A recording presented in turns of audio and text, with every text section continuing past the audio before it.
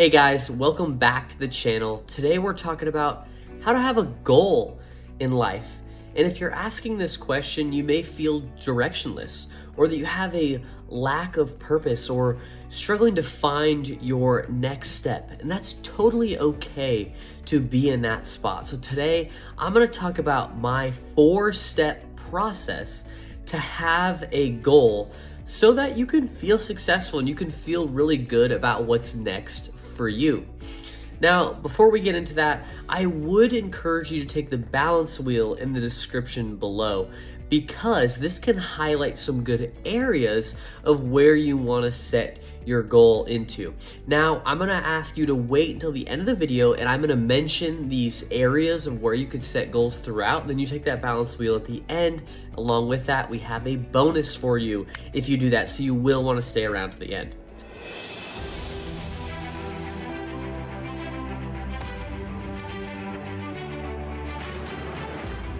So, how to have a goal in life. It's some exciting stuff to embark upon this journey. So I have a 4-step process, as I've said, and the first step of those 4 steps is to stabilize. And by stabilize, you can think of that defining. So with stabilization or defining, you want to define what's important to you. Look at in your life, what do you want to focus on and prioritize? So maybe for you, you want to be a CEO of a big company and have $100 million net worth. Or maybe you want to be able to travel once a year with your family and make it to every one of your kids' soccer games. Either reality is for you to choose, and they're both amazing routes. So it's important for you to define what do you want out of life, because that can kind of help frame what goals in life that you want to have. Now, maybe you're struggling to identify what's important to you, and then I would encourage you to start with your interests. What are you interested in?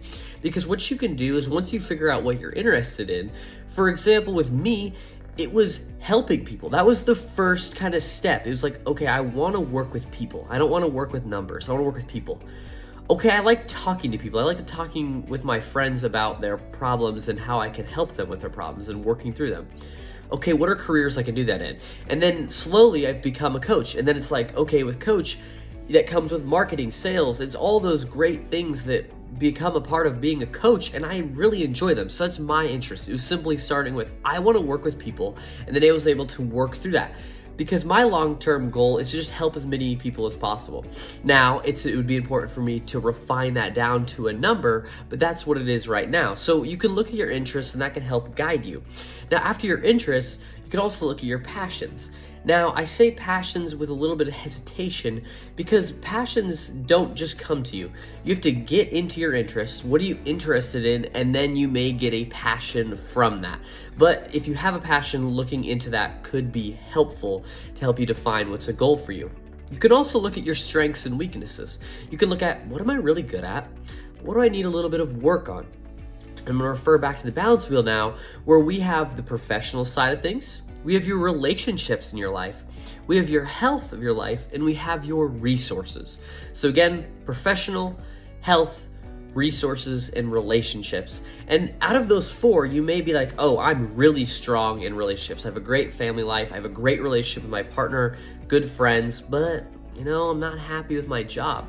And then a goal in yours in life could be to get some fulfillment out of professional areas. So that can highlight some good things, where those are 4 good areas to look at your strengths and weaknesses. Now, another great thing you can do during the stabilization phase and defining phase is to seek feedback from others. If you have mentors, if you have a partner, if you have family, if you have friends, ask them, hey, I'm struggling on what's next. Can we just talk about a few things? I found in my experience that just getting it out there and just talking about it makes me so much clearer about what's next for me. So that could be something that's very helpful for you. So after stabilization and defining what's important to you, your interests, your passions, stuff like that, that brings us to the next stage of visualization. So stabilization is taking the present of defining what's important to us, and visualization is putting some thought behind it and creating some future-based thinking around it.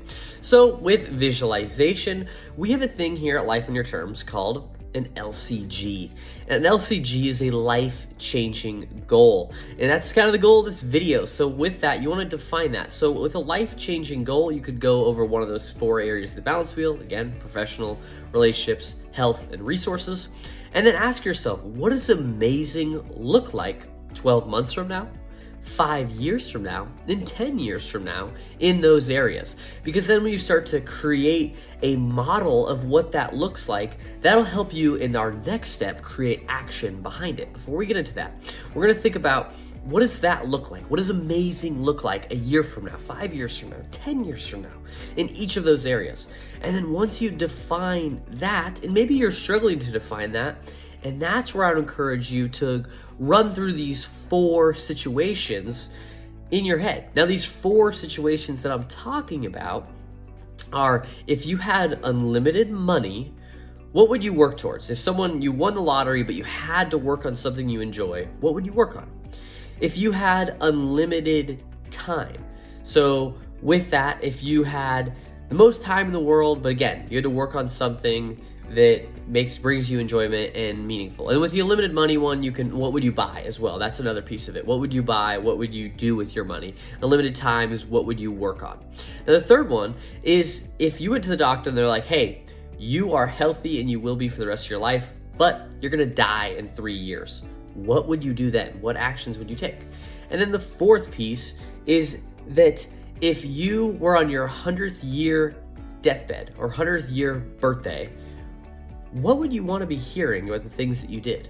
Now, those 4 situations, so unlimited money, unlimited time, an expiration date, and a legacy, what out of those 4 are your most important?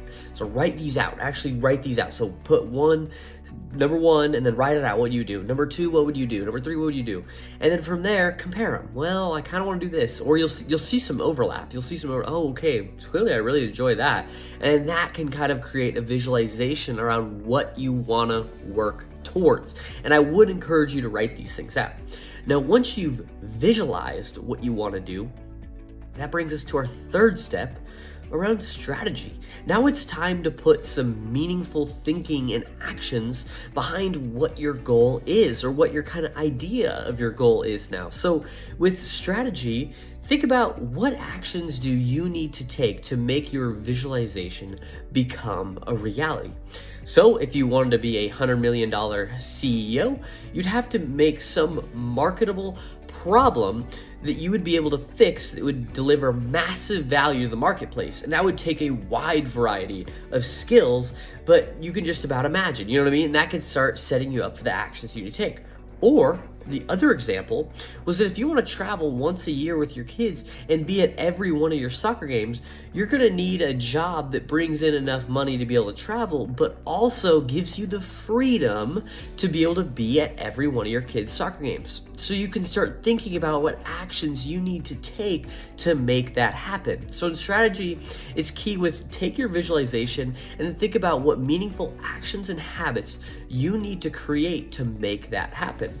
Now, once you've thought about the actions, it's important to prioritize what is most important.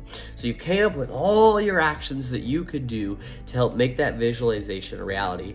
Now you need to start to define what are the most important ones. So I would just encourage you 1, 2, 3, and again, write them out and understand what would be most important. What was the first step I need to take to make this a reality?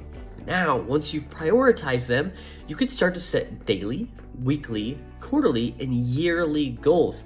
And I'm telling you, this is one of the biggest pieces of strategy that is so important, is to set goals and set metrics behind it.